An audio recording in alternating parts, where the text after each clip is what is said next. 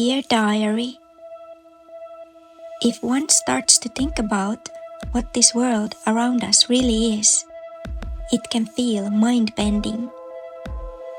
If this world was created in the Big Bang, what was there before the Big Bang? Why is it so difficult for humans to understand what nothingness is? I recently spoke about this with my dream friend. Let me tell you what he said.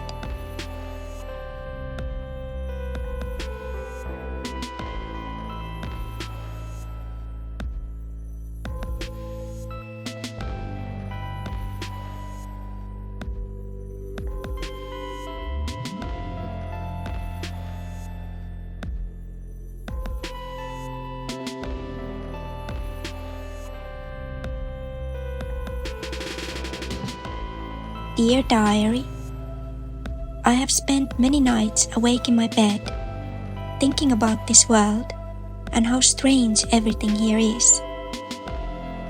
Many people take things for granted in their everyday lives. I understand why that is. People are so busy with their daily routines that they do not have time to stop and think about what this place really is and where they exist. Why is it so difficult for humans to understand what was before the Big Bang? I asked my dream friend, and this is what he said. The problem is that in your human form, you are used to thinking that everything has a beginning and an end. This is, of course, natural. Ever since the Stone Age, people have seen beginnings and endings all around them, all the time. The sun rises and then sets. People and animals are born and eventually die. Planets and galaxies form and eventually disintegrate. A cup of water is first full and then empty. People have seen this all around them, and it has shaped their thinking. They have never seen anything that does not have a beginning and an end, so they cannot imagine what such a thing would be like. It is the same thing with dreams. Dreams tend to be a synthesis of things one has experienced at some point in life. One cannot dream of something one has never experienced in some form. I am not talking about things like flying. People can dream of flying because they know flying is possible. But people cannot dream of nothingness because they have never experienced anything like it.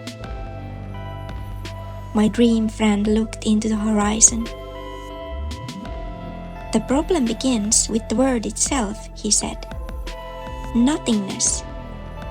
People have given this word a certain meaning, and by doing so, they have effectively chained their thoughts, making it very difficult for them to think outside the box. Nothingness means to people an opposite to somethingness. When they try to wrap their minds around the idea, they understandably hit a rock wall. The answer is not found in that direction. He smiled in his mysterious way. Then, of course, there is the question of what matter actually is, he said. If you ask that question of an average person, they respond that matter is constructed of atoms and subatomic particles. But when you ask them what those particles actually are, they have no answer. When they start to think about it, they realize they have taken those things for granted. But when they pause and really start to think about those things, they realize they do not, in fact, understand them My dream friend paused and looked at me, as if to see my reaction to what he had said. People's view of the world is constantly changing, he said.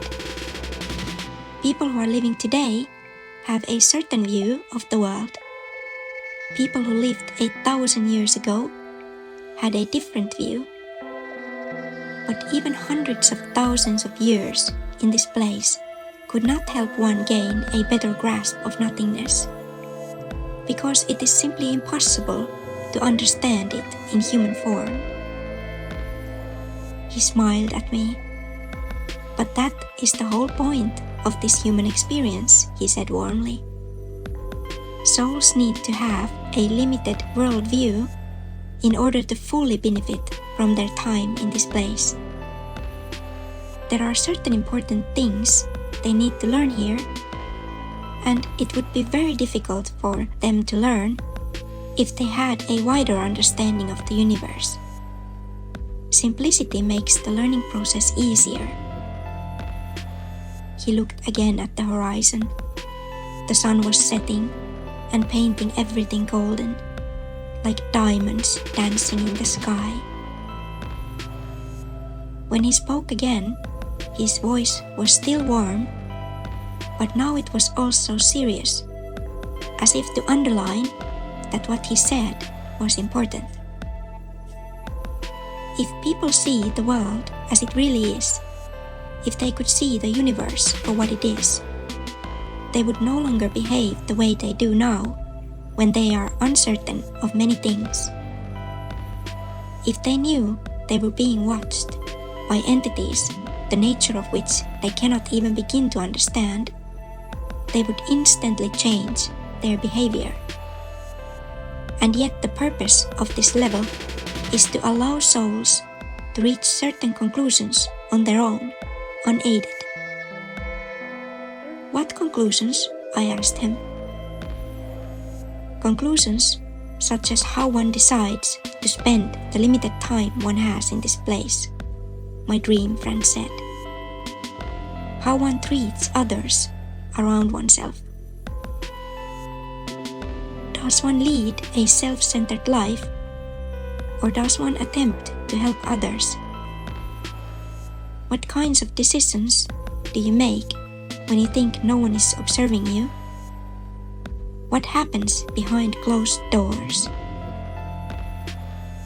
If people knew that in this place, in reality, there are no closed doors, that their every action is being observed, that they are not alone when they think they are, if they knew that, they would not act naturally.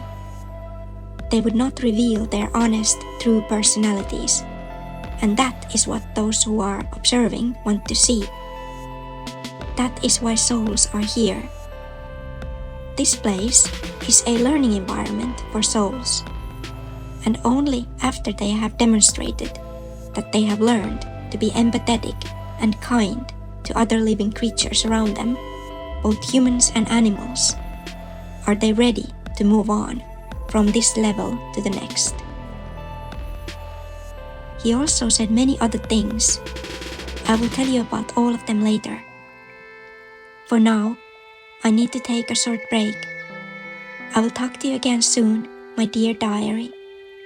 As always, thank you for listening.